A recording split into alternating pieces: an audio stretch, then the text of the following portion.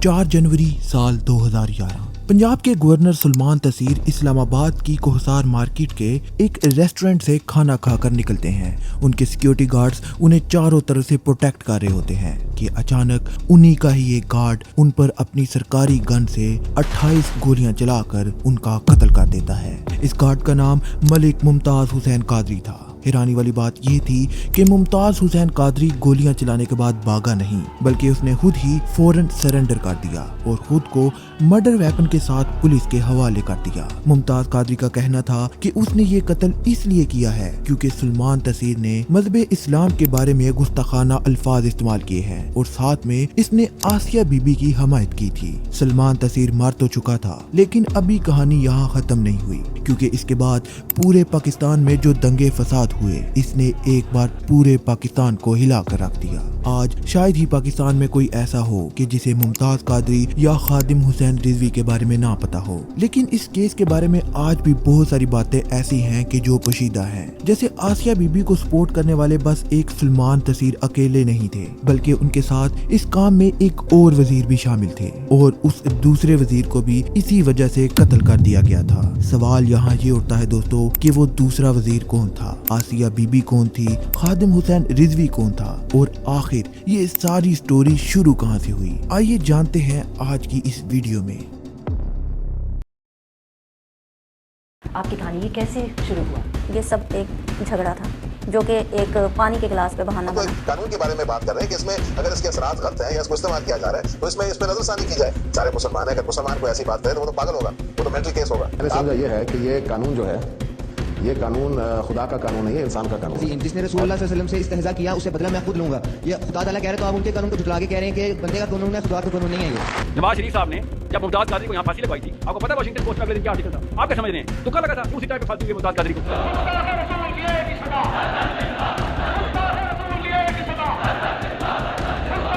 कभी भी बर्दाश्त नहीं होनी है। तुसी सुन लो, हां हुजूर दी इज्जत के बारे में कोई जुमला क्या एक जहान नहीं लखा जहान भी चले जाए।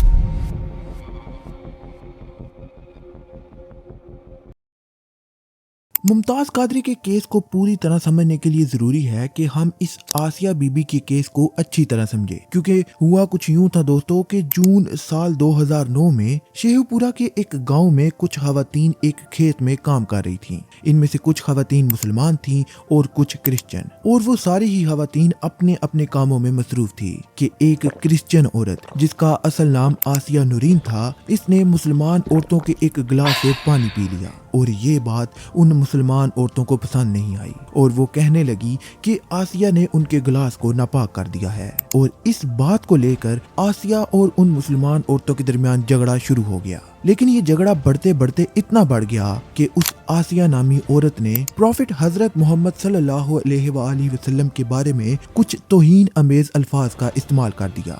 अब जब ये बात खेत से निकलकर गांव में पहुंची तो गांव वालों ने उस औरत यानी आसिया के खिलाफ FIR करवा दी और पुलिस ने भी आसिया बीबी को PPC यानी पाकिस्तान पैनल कोड के सेक्शन 295C के तहत गिरफ्तार कर लिया। ये 295C कानून क्या है, इसके बारे में हम आगे वीडियो में डिटेल से बात करेंगे, क्योंकि इस एक कानून की वजह से आगे बहुत सारे मसले खड़े होने वाले हैं। खैर दोस्तों, केस चलने लगा और अदालतें लगने लगी और फिर 8 नवंबर 2010 में उस इलाके की डिस्ट्रिक्ट कोर्ट ने आसिया बीबी को मुजरिम करार देते हुए उसे हैंगिंग टिल डेथ यानी फांसी की सजा सुना दी। लेकिन आसिया बीबी के घर वाले उस डिस्ट्रिक्ट कोर्ट के इस फैसले से खुश नहीं थे, इसीलिए उन्होंने आसिया की केस की अपील लाहौर हाई कोर्ट में दर्ज करा दी और ये केस एक बार फिर से लाहौर हाई कोर्ट में चलने लगा। लेकिन लाहौर हाई कोर्ट ने भी डिस्ट्रिक्ट कोर्ट के फैसले को बहाल रखते हुए आसिया मलूना की अपील को 16 अक्टूबर 2014 को डिसमिस कर दिया और आसिया की हैंगिंग टिल डेथ यानी फांसी की सजा को बरकरार रखा।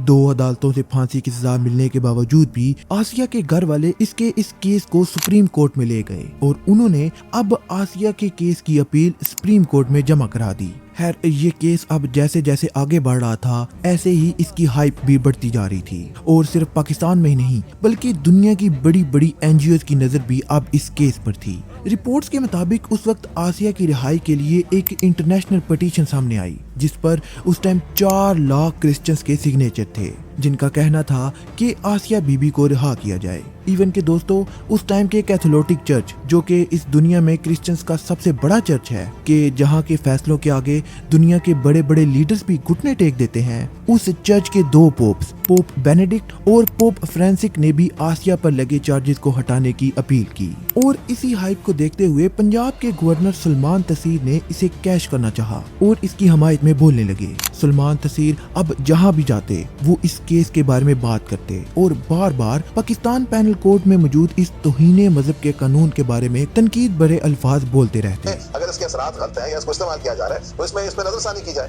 सारे मुसलमान है, अगर मुसलमान को ऐसी बात करे तो वो तो पागल होगा, वो तो मेंटल केस होगा। मैं एक जिया-उल-हक के कानून के बारे में बात कर रहा हूँ, इसके असरात ऐसे हैं कि इसमें नजरसानी करनी चाहिए। यहाँ तक कि उन्होंने इस आसिया नामी औरत के साथ प्रेस कॉन्फ्रेंस भी की कि मैं खुद सदर पाकिस्तान के पास जाऊंगा और कहूंगा कि इस औरत की सजा को माफ कर दिया जाए। सदर पाकिस्तान को आसिफ अली जरदारी साहब कि इनकी सजा जो है माफ की जाए।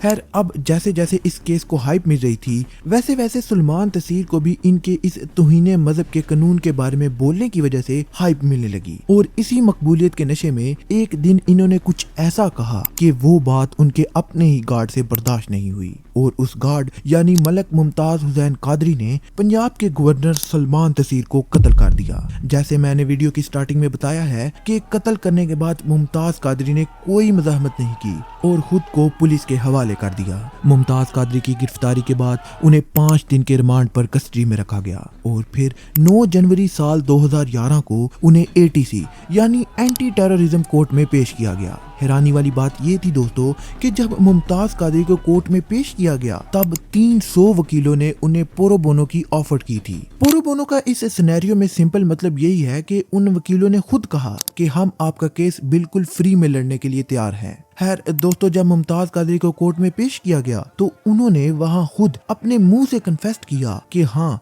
मैंने ही गवर्नर सुलेमान तसीर का कत्ल किया है क्योंकि उसने मजहब इस्लाम के बारे में गलत अल्फाज इस्तेमाल किए थे। और जहां तक मैंने रिसर्च की है मुमताज कादरी के कोर्ट्स में जितने भी ट्रायल हुए चाहे वो डिस्ट्रिक्ट कोर्ट में थे, प्रोविजनल कोर्ट में थे या फिर सुप्रीम कोर्ट में, हर ट्रायल में मुमताज कादरी का यही बयान था कि हाँ मैंने ही सुलेमान तसीर का कत्ल किया है। और यहाँ इस पॉइंट पर आकर मुझे कायद आज़म मोहम्मद अली जिन्ना की याद आ गई। आज भी दुनिया जानती है कि जब कायद आज़म मोहम्मद अली जिन्ना गाजी इल्मुद्दीन से मिलने जेल में गए और उनसे कहा कि बस आप एक बार कह दो कि मैंने ये कत्ल नहीं किया, बाकी केस मुझ पर छोड़ दें, आपकी रिहाई की जिम्मेदारी मुझ पर होगी। लेकिन गाजी इल्मुद्दीन ने यह कहकर इनकार कर दिया कि जिंदगी में एक ही काम तो मैंने ढंग का किया है और आप कह रहे हैं कि मैं उससे भी इनकार कर दूं, ये नहीं हो सकता। दोस्तों गाजी इल्मुद्दीन वो इंसान था कि जिसने मुमताज कादरी की तरह एक गुस्ताख हिंदू राजपाल को कत्ल किया था। खैर मुमताज कादरी केस की तरफ वापस आते हैं।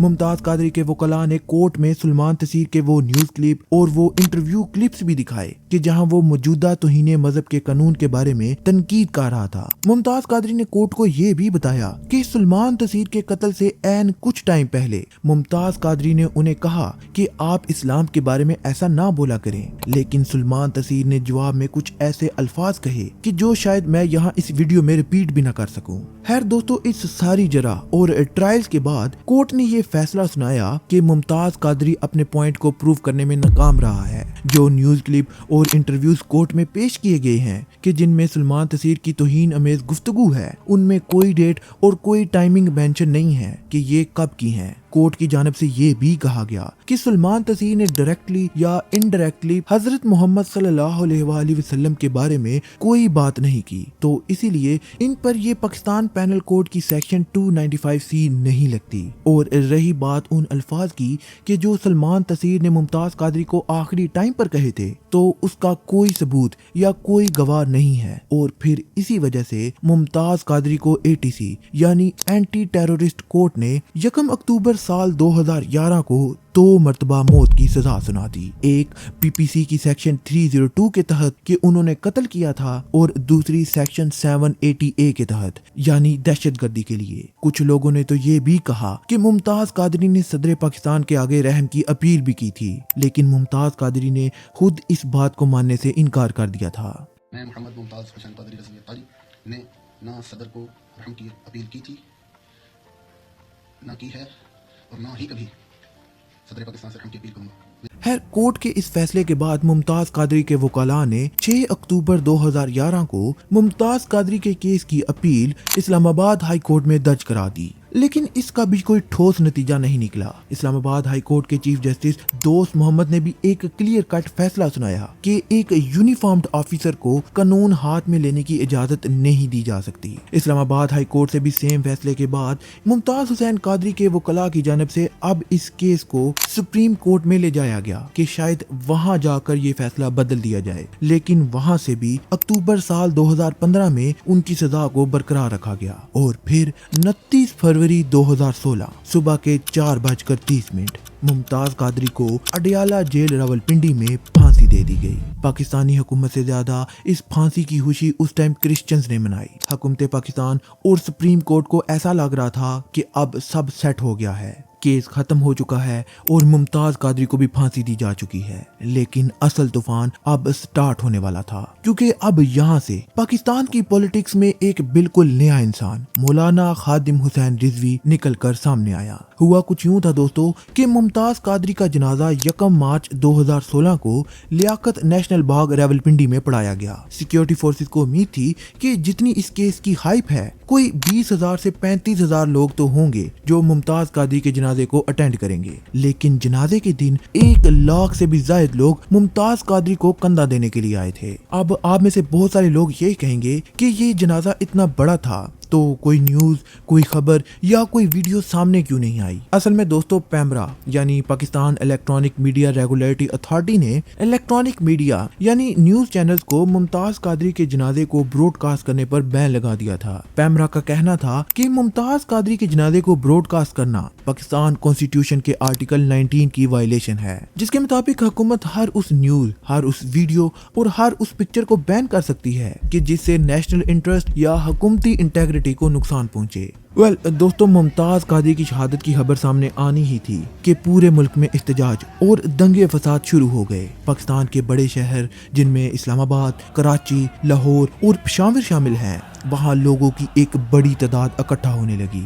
इस्लामाबाद कोर्ट के वकीलों ने भी कोर्ट के इस फैसले के खिलाफ एक दिन स्ट्राइक का ऐलान कर दिया। पाकिस्तान के सुन्नी हलके की तरफ से पूरे मुल्क में रैलियां निकाली जाने लगी, रोड्स बंद होने लगे, मार्केट्स बंद होने लगी, कारोबार बंद होने लगे, स्कूल्स बंद होने लगे, यहाँ तक कि पूरे के पूरे शहर ही बंद होने लगे।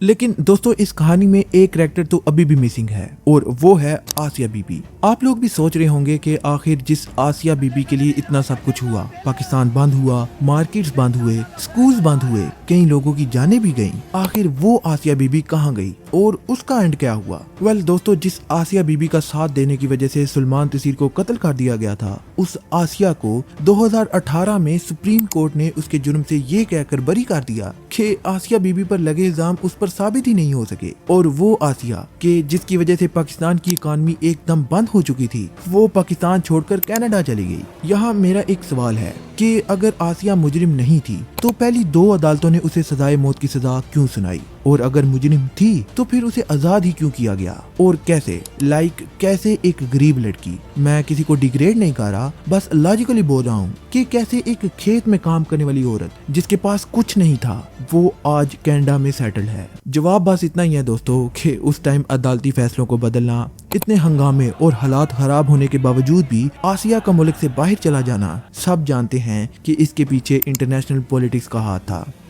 आज आसिया को वेस्टर्न दुनिया में एक हीरो की तरह देखा जाता है। उस पर बुक्स लिखी गई हैं, उसे सर्टिफिकेट्स दिए गए हैं, इनामात दिए गए हैं और न जाने क्या कुछ। और ये सब क्यों था? क्योंकि उसने मुसलमानों के नबी के बारे में गलत अल्फाज इस्तेमाल किए थे। लेकिन हमारी अदालतों के मुताबिक वो एक इनोसेंट पर्सन है। खैर, इसके बारे में अब मैं और क्या ही कहूँ। मैं आपसे बस कुछ सवाल करना चाहता हूँ। सवाल नंबर 1, अगर सुलेमान तसीर मुजरिम नहीं था तो इसके मर्डर के बाद पुलिस वालों को कोई और वजह क्यों नहीं मिली कि जिसकी वजह से मुमताज कादरी ने उन्हें कत्ल किया हो?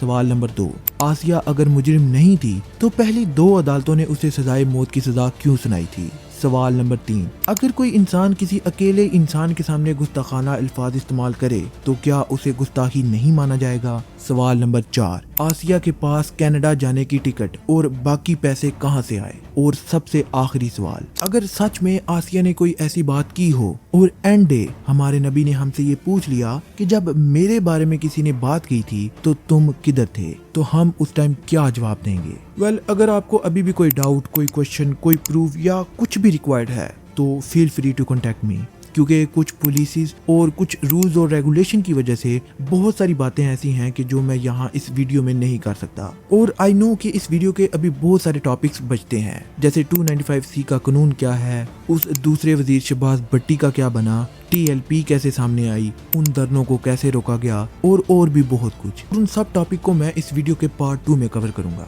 और अगर अब आपको कोई सजेशन देनी है तो let me know in the comment section. आज की वीडियो के लिए बस इतना ही। That's all from my side. अल्लाह हाफिज।